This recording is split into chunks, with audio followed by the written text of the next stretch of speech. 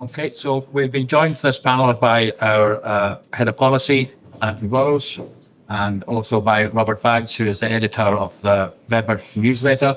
It's at Homefront, a man with vast experience from AP days. And I think we'll just throw open the floor. And we get any questions, there's nothing off limits. You can ask about policy, you can ask about discipline, anything at all. Floor's open. Show hands. Dillier? Question about nationalist unity. You alluded to it in your speech. At the moment, our movement is pretty much split 4 different ways, with 4 different organisations. And I think most of us will agree we'd all be better off with one organisation. But what do the panel think are the practical steps that we can take towards maybe getting back to what we had in the BNP days with one dominant organisation instead of force to put this as split 4 different ways? Yeah. What can we do practically to, as you say, unite the right, the nationalist right? So, good question. We have actually put an enormous amount of work in the past 2 years. We met pretty much with the leadership of most of the nationalist organisations around the country. We sat down and discussed with them, with 2 parties in particular that had been in agreement that we would meet and have discussions leaning towards mergers. Both of these have now backtracked, even though their leadership admit that we're closing in on 1,400 members. One of the people we're discussing, what the chief are discussing, only have 100 members, and they still won't vote. They still won't come aboard with us. We offer them places in our leadership team and all the rest of it. Concessions on pretty much most things. So the only things that we won't concede on is on our name and branding, because we've shown what we've been able to do in the past 2 years. We're offering something new and fresh. But pretty much everything else can be debated and negotiated. The other one was a party that when we started negotiating with them, they were bigger than us. We made them July down in Essex. And they basically admitted that now on every single metric, the Homeland Party has overtaken them. And yet we still cannot get them to sit at the table. We've actually got a professional mediator who's a barrister to agree to do a 3-way talk between the 3 parties to sit and hammer things out. And after 2 months, we are still no closer to making that meeting happen. So we are working all the time. We are the only party in 30-odd years who has merged in with another party when Identity England joined us. And so some of these guys are here and have key roles in our party.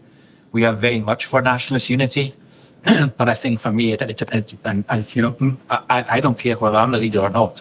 And none of our team do. We've already had 2 media officers who've stepped down because there's been a better man to take their place. That's the culture we've created in the Homeland Party. We're not in here for self-glorification or praise. We want to win. So if there are better people in other parties and groups, we'll give them these leadership roles or these opportunities to shine. But I 100% agree. If they have the same worldview as us, we should all be working together. But if your party's been going for 12, 15 years, and you've been overtaken by a party like ours, who have got, let's face it, a much younger demographic than most of these other parties, these old-time parties as well. The energy and the vitality is with us. Let's work together and build something constructive. No seat in our team is safe. If these guys are better than us, they'll get the leadership roles. But let's sit down and talk. But right now, some MPs do it. There's another party that's got 27 members, and they're scoffing at us. What do you do with that?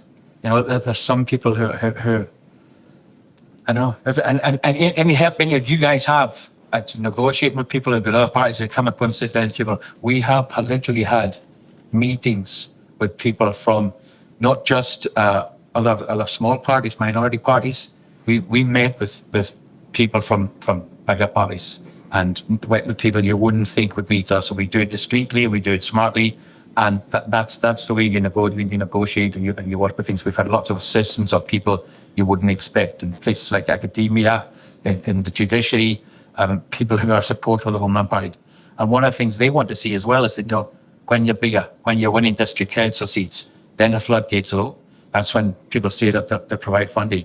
And another thing that we've had is people who said, we'd love to support you, but and again, I don't want to mention names, but they said we supported this guy or this party or this project, and we've been burnt 3 times. I'm not spending another penny supporting this new organisation. So we keep meeting hurdles with things like that from stuff that's gone before, and that's why I say in my speech, we just simply got to keep doing what we're doing, set a good example, prove that we are doing things right, and eventually come aboard. We're still every week we're recruiting new members.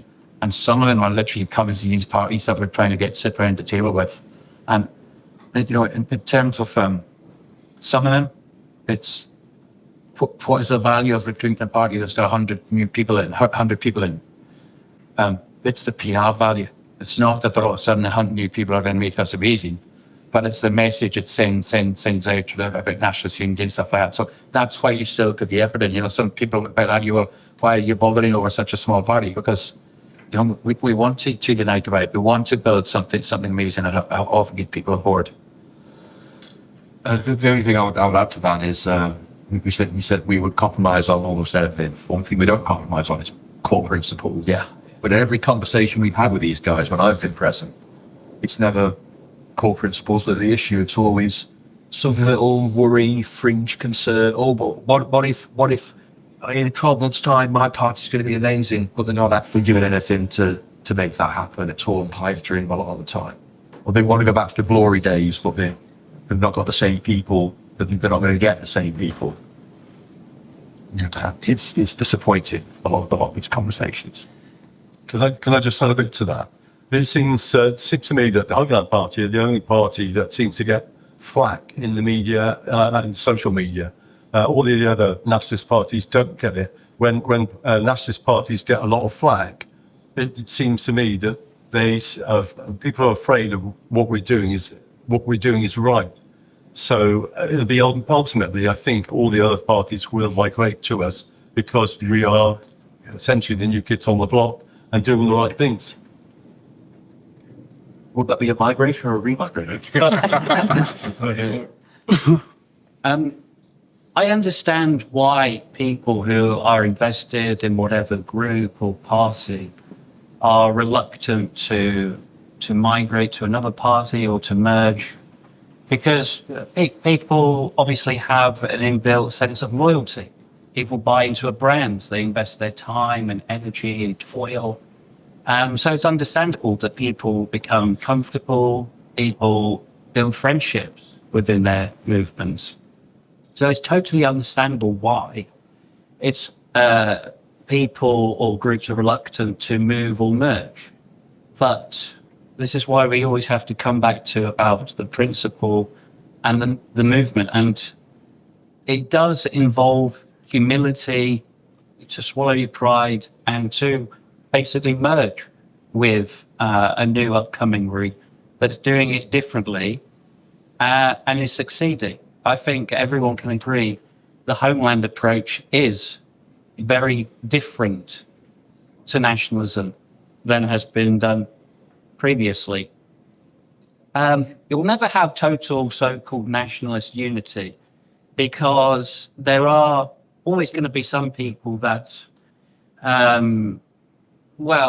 let's just be frank about it, want to promote racial identity. But we want to win. And racial identity doesn't resonate with ordinary people. What resonates with ordinary people is their organic ethnic identity. As we heard in Mike's speech today, yes, if you ask someone in the street, are you white? They'll say, yeah, I guess I'm white. If you ask them their English, they'll say, yes, I am English. If they're Scottish, yes, I am Scottish.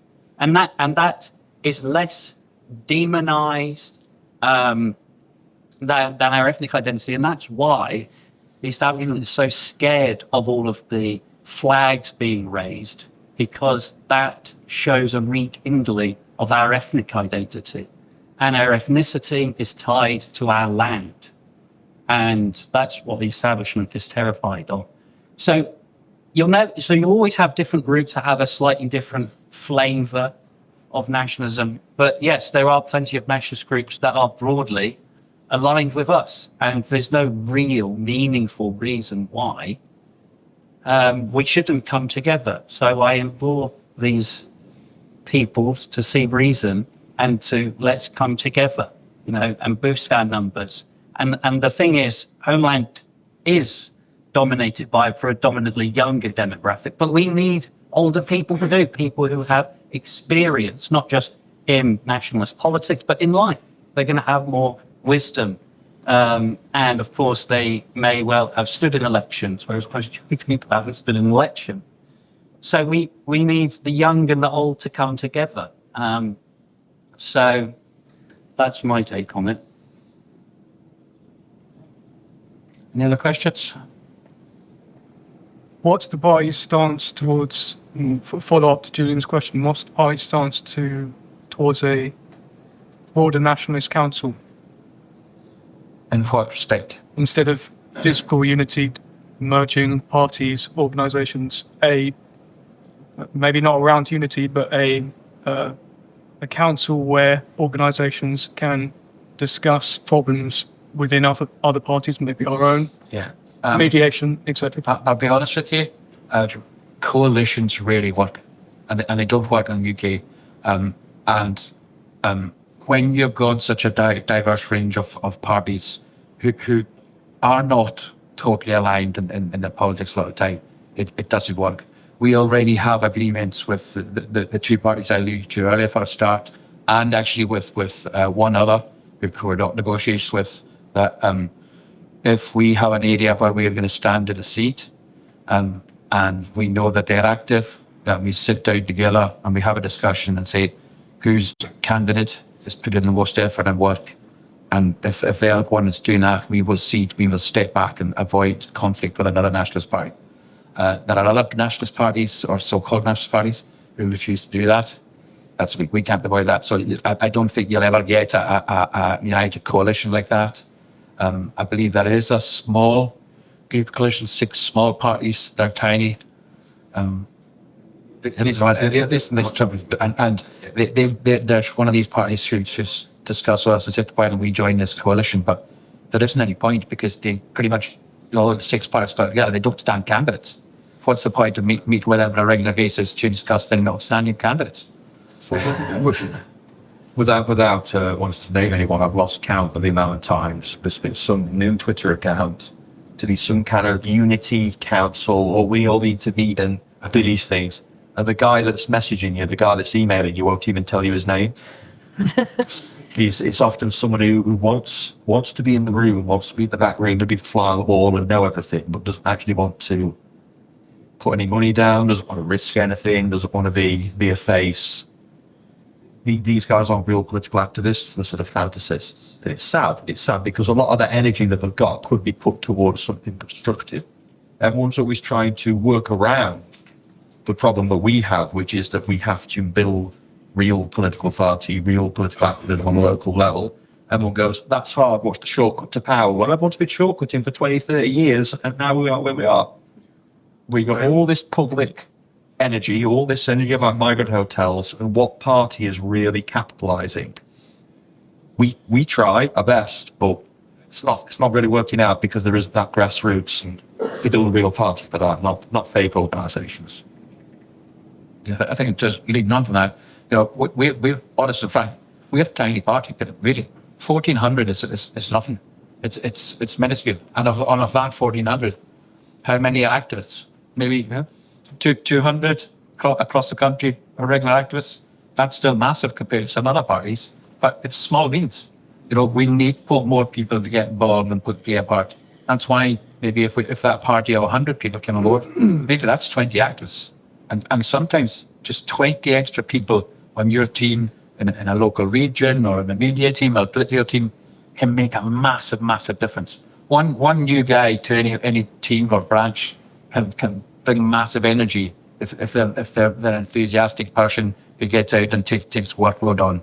Everything like that. One of the things we've been trying to change as a party, and we haven't succeeded in it yet, is when I was in the BNP, and some old hands in here will remember, there's a high turnover in membership. People come in for 12 months, 18 months. Sometimes they come in on a blaze of activism, and then quickly demoralised because they didn't win the award first time round, or they've come aboard, they've been engineering for 6 months, and they've only recruited 6 new members in that.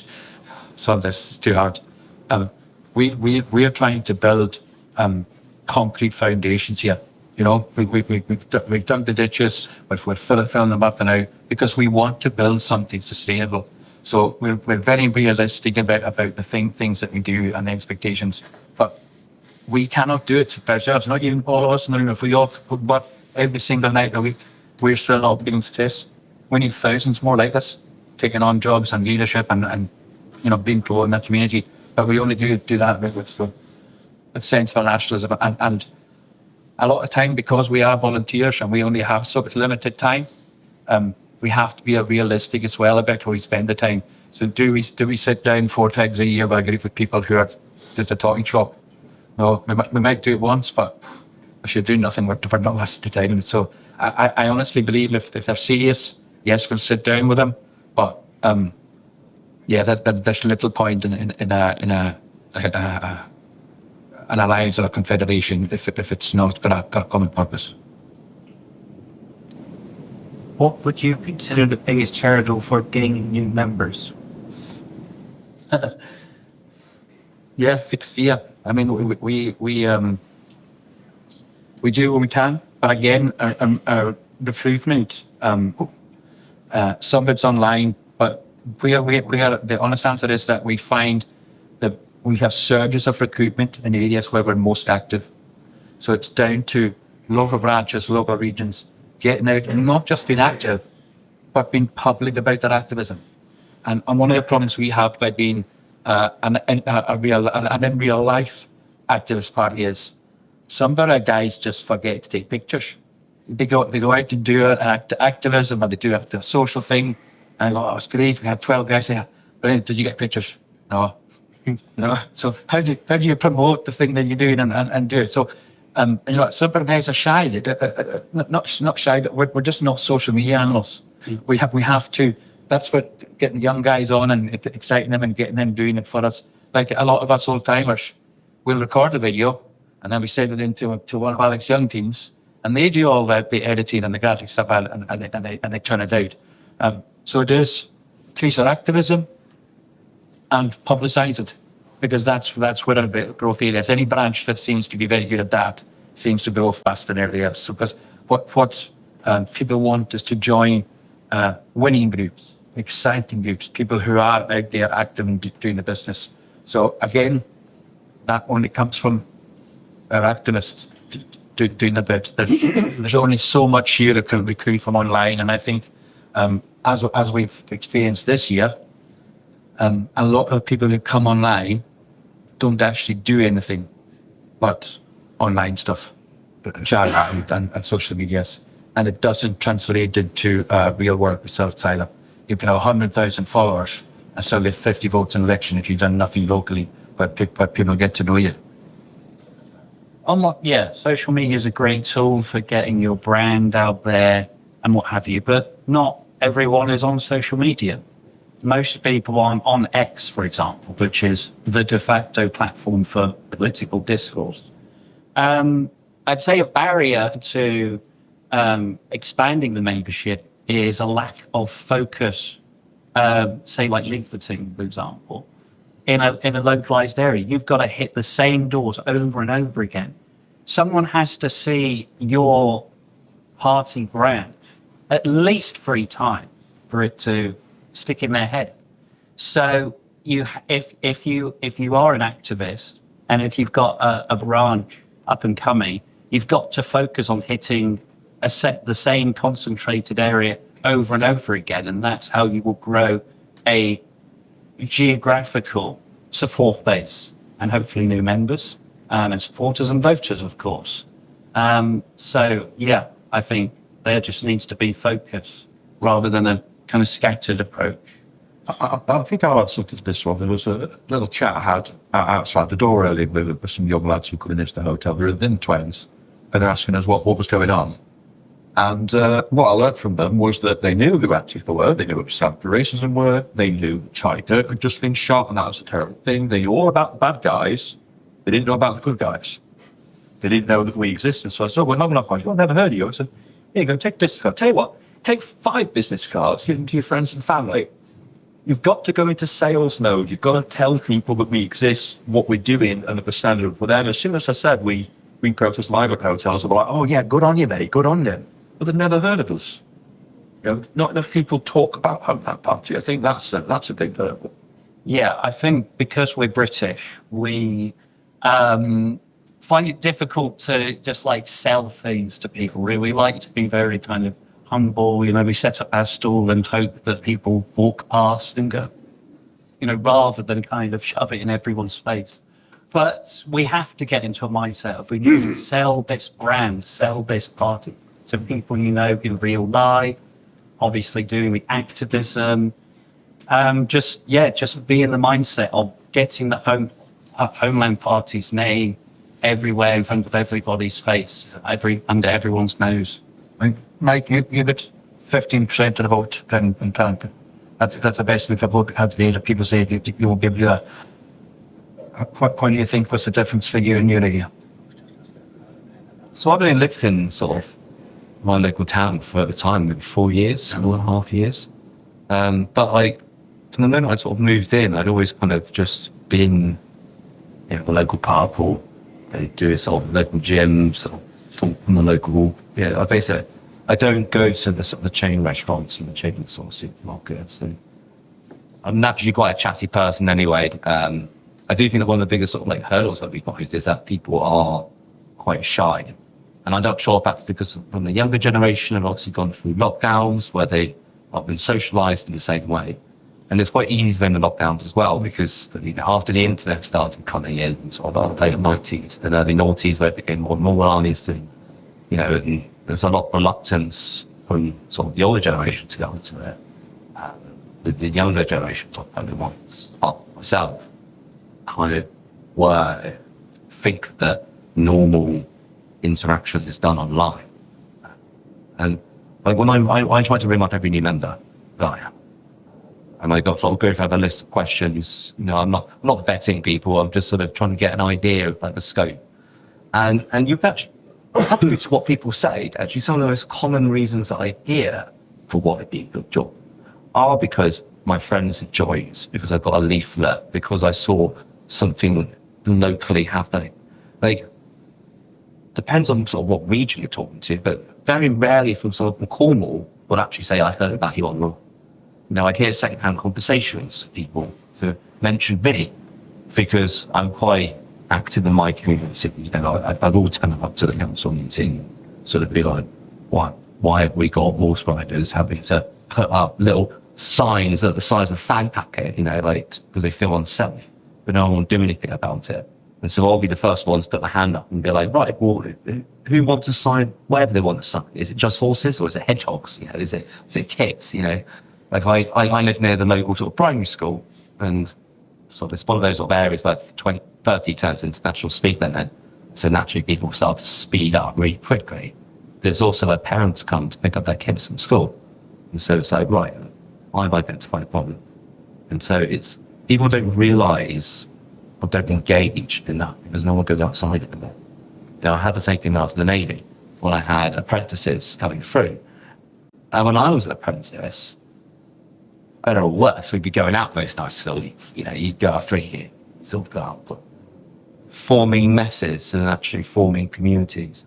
Whereas the ones I had coming through would go back and sit in their cabin and play on their video games and stuff like that, and get a computer. Because being submariners, we don't live on board. You know, we had nice hotels to get enough to, but you know, they would go and play video games. So it's not just a political issue, it's a societal good as a whole. And I'm not against it, it certainly depends a lot myself with the business.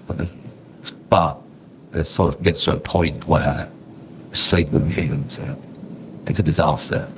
Because everyone's too glued to something. So I do, that's social. And it's up to us, and like to be leaders, and not just lead, but to lead people to these social gatherings. I don't want to say just a pub, but that'd be bad. But wherever it may be, bring them to the badminton club, or bring them to people say bread services. But there's nothing wrong with it to kick about with a bunch of other lads and like getting people out and then start talking about it. You know, it's sort of a gateway, as it were. So I think it's a social one, really. They're scared. But it's up to us to bring it out their show. Can I just add something to that? Recently, the political discourse has been such that everybody you see or hear will talk about wanting to send the boat people back. And so people are not afraid any longer to have that discussion. So it should be down to us to be not afraid to say, well, if you want to do something about it, why don't you join somebody like the Homeland Party and sell them that? Back in the days when we were in the BNP, you used to mention that you were in the BNP in hushed tones. But now we should be able to stand up and discuss and say, I'm in the Homeland Party, they're doing what you want people to do. Why don't you join it? I was talking to somebody outside, I don't know who it was, who said he got his mother and his sister to join. So you just need to talk to your families. My mum's 88, and I've nearly got her on the verge of joining. So we can all do it. Just on that, like, so getting went to a local pub back then and cleaning up, shooting out how you went. Yeah, I've seen your videos, stuff like that. You've got to be out amongst the community. You've got to be, like Alex said, we've got to get over our shyness when it comes to it. If we've got something positive to sell, if we're doing good, we're not ashamed of it. You know, we should be like evangelists or like people from PR marketing. We've got to sell something positive and good, and I think that's finally what we've got with the Homeland Party. That we've got something we can sell. We're getting lots of young people on. You've got families, you've got their own business and stuff like that. You know, do you remember that was one of the big demographics in the BAP? We are getting lots of self-employed people who didn't clear, they could promote the party and, still continue business. So it didn't affect them. So you've got to have that confidence in people and start selling. I'll know, guys, I really want to have another question, but I'll add a story for you. Every time we go for all these meetings in London, I have to go on the train. And I'm like Tony there, I always make a point of trying to have train conversations because they're the most interesting conversations with complete strangers. You don't go on your phone all the way. You want to talk to people, find out about their lives, and different backgrounds, what they're like. Once I ended up, it was really quiet carriage. And you're chatting to someone, you're talking about local politics, what's going on in their town, what's going on in their village. And we ended up with half the train carriage listening to what we were saying, to such an extent that two people got up and came over to talk to us. They turned out to be high-up Labour Party members who said it was the most interesting political conversation they'd heard in years. And then we're dishing out the business cards to people on the train. You can do this stuff anywhere. Joe? What is the key party aims over the next 12 to 24 months? Get bigger. It's one of the things I'd really like to do is get an elections officer on board. We've got certain gentlemen in this room who we think can do the job, but he has to find a replacement for himself in his region. But we need to expand that team because I feel, although we promote community politics a lot, I don't think we fully delivered in it. It's not happening in enough areas. So I'd really like to expand our elections team, get community politics to be the absolute heart and focus of the party. It's all very well going and doing leaflets, but we need to find these community leads who are going to campaign all year round and start building up for elections and get votes with mics and bear and get elected. That's what's going to make the difference for us, getting that first district council. So that's going to come through community politics. So one of the key things when we get full time in January is to look at making elections team, community politics team, one of the key departments in the party.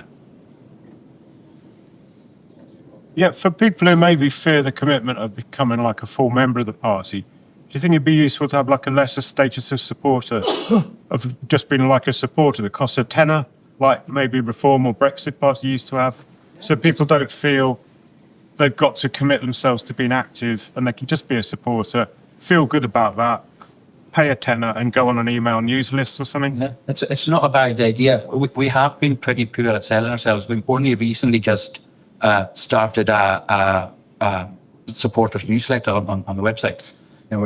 2 odd years old, and we want to get right now. When, to be honest, we have been quite good at PR in selling ourselves, promoting ourselves. We've tried to build, I think, we've probably structure and the brand more and try and get the right thing. But yeah, it's something that, again, that we've had big difference in the media team of late under Alex and guys like Todd and stuff. So, we are making progress all the time. I think that's something I think we should definitely discuss. So, I would say we already have it, really, because it's £36 to become a member, but you're not obliged to do anything. You could just stay at home and do absolutely nothing if you wish. You don't have to come to meetings, you don't have to come direct to us. You can only message us or tick the out of us a box before we end up. I suppose it's like the old McCarthyite witch hunt fear. Are you a member of the Communist Party or are you a member of the Homeland Party? Well, it doesn't happen. If you can honestly turn around and say, oh, no, I'm not a member, and well, I'm just a supporter, then We you feel... do have the Oak, so you don't have to be a member of the party to That's true, make yeah. a regular donation to the Oak. And we have the wonderful Alex Stacey, who does a regular magazine for people that are regular donors. And we do plan also to expand the kind of incentives for people to join that Oak. I think we kind of have the ambition of an annual dinner, things like I'm not aware of any organisation, state or otherwise, that says you can't be a member of Homeland Party or for the party. So only other political parties have done that, as the students. Yeah. For the past. Okay, I think one more question, I think, and then we'll get time up. Yes. First and foremost, I thank you, fantastic gentlemen, for the fine work you've done on that.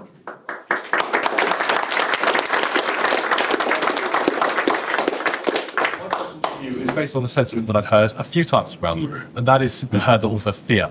People want to do more, but our careers, our finances, our livelihoods are vulnerable. So what can the Homeland Party do to protect the people who want to do more for our party? Yeah, so as a political party, you have more protected rights. That's one of the reasons why we fought to become a political party, because you have employment rights for being in politics. But we all know the reality of the situation. One of our national council recently did lose his job. He worked at Edinburgh Airport. He has airside security past the highest level of clearance he had. So he's been all through that. And then one of his colleagues recorded a podcast he'd been on with somebody else. 5 years ago, somebody else. 5 years ago. And words that he didn't even utter himself. And he'd rather gallant and very, very patriotic, he refused to condemn that person. What I believe he should have done. That's not my views, that's somebody else's. He didn't. So he lost his job on those grounds as well. But they used some silly phrase that like he was a security humorist. Yeah, he tolerated somebody else's security views. So that's what we're trying to do with sensible nationalism. We're trying to encourage people not to engage in retardation, not to damage your political prospects. Because if we produce a political party that's full of sensible people doing good things and not doing the stupid stuff, then these employers are going to be less inclined to remove us, But you can't deliver anything totally. So we are very honest what we say with people when they come on board. If you want to be behind the scenes, be behind the scenes. We've actually got 2 folk at the moment going through university doing law degrees. And we've said to them, you're not going to be an activist in this party. You're not even coming to our conferences.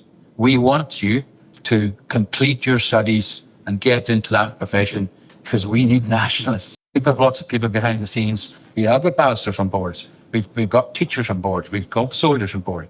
And we've got firemen on board. So what some of these professions are now, where they're going to try and push you out.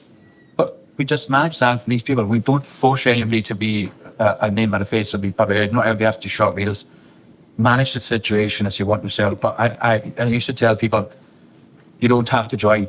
I don't know. I encourage them to still join, keep the toe at the door, even if you're behind the scenes. And if you need to have a pseudonym, make it something sensible, make it John Smith rather than, but Natty, whatever. 27. But I would just like to clarify that we've been going quite a while now and nobody's lost a job because they're a party member. That's not happened. There's been times where people have had questions and we've helped them answer those questions and defend themselves, and that's been the end of it, because you have a right to be part of the political process. If it's party member, candidate, elected official, you have rights and people don't want to trample those. Okay, there's one of these just 2 or 3 weeks ago. We had one just 2 or 3 weeks ago, and it was a very positive result. We had a chat with this manager, told him everything his views, and they went, all right, understood, that's it.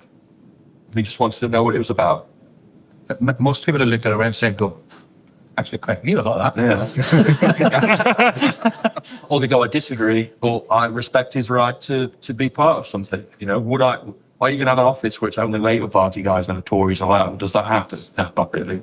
Yeah. I've lost count of the number of back to say, well, you know, my family or my partner was worried. And then they looked at the website and they were completely reassured. But we do always run it to bat for our guys. If they message us or ring us up saying, I've had this problem, we spend unending amounts of man hours. We just don't tell you guys about it because we don't want to be spreading the idea that some bad things happen to good people. It's not a good narrative to come out there. It happens, but it's spilt milk at the end of the day, and people come out stronger for it.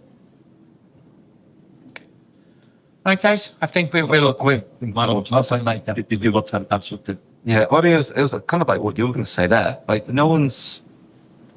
So I've been around this for 7 years, and everyone I've met not everyone, but the majority of people I've met who have lost their job or come under criticism is more to do with the content of their character, not the organisation that they're a part of. But, you know, not to name names of other organisations, but there are other organisations that you actively blur out their faces in their activism because they believe that they're going to get fired. But when you actually sort of like chip away at the surface and look at what's underneath, when they're getting fired, it's because they are not putting their weight at work. They are engaging in activity, usually online, that would bring the company's disrepute. You know, it's never good when you've got an employee who is posting racial slurs on Twitter. You know, I would fire them, you know, because I don't want that kind of flack on me as a you know, an employer, you know, because it puts people off, even normal people. So it's usually the concept of character, or perhaps the way I work. You know, it's no secret that I was in generational identity because there's an article about it. But my captain and my warrant officer stood up to me because I worked hard and I was good at my job. And they went, he pulled his weight. He's always the first one to step up and do a duty when he needs to do it. And I kept my job because I was open and honest with them, saying that, yes, I'm this nationalist, but you know, I don't engage in simply anything wrong. So I think that's a lot of education, especially when you're younger, when you're sort of in the early 20s and teens. Well, pushback would be easy, honestly, but chip away at things. But look at some of the people in this room or outside that come under fire before and ask them for advice. All of us would give good advice. And a lot of the time, they do is sensible. Hold your way to work and don't do something silly at mine. That's the big tip. Which is what sensible actions is about.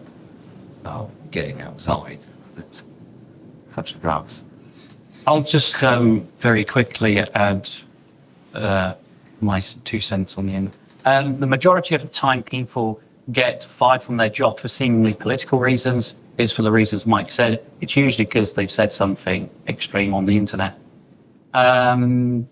Sometimes some people can't be a part of a political party because of their occupation. They're in the police or the military, or they can be, but they can't be publicly seen to be.